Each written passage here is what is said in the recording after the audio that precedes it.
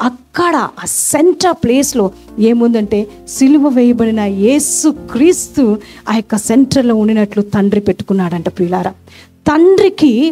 తండ్రికి తన కుమారుని చేసిన కార్యం అంటే చాలా విలువైనది. దేన్ని మనం సెంటర్లో పెట్టుకుంటామండి? మనకి ఏది ఇష్టమో అది సెంటర్లో ఉంటుంది కదా. అన్నీ కొన్ని పక్కన పెడతా, ఇంపార్టెంట్ థింగ్స్ మన హార్ట్లో ఉండిపోతాయి.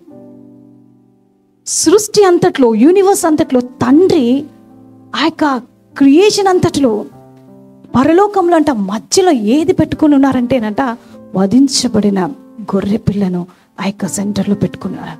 అంటే how valuable it is about the work of Jesus Christ. ఎంత విలువైనది యేసు ప్రభు సిలువలో చేసిన కార్యాన్ని. Why is it in the center? God the Father valued his son's work. తండ్రి తన కుమారుని చేసిన పనిని గౌరవిస్తున్నాడు. తండ్రి తన కుమారుని చేసిన పనిని ఇట్స్ పవర్ఫుల్ అంటున్నారు, శక్తివంతమైనది అంటున్నారు.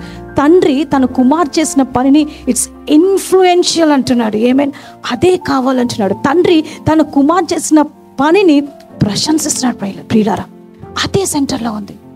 అందుకే వధించబడిన గొర్రెపిల్ల అంటే ద మెసేజ్ ఆఫ్ క్రాస్.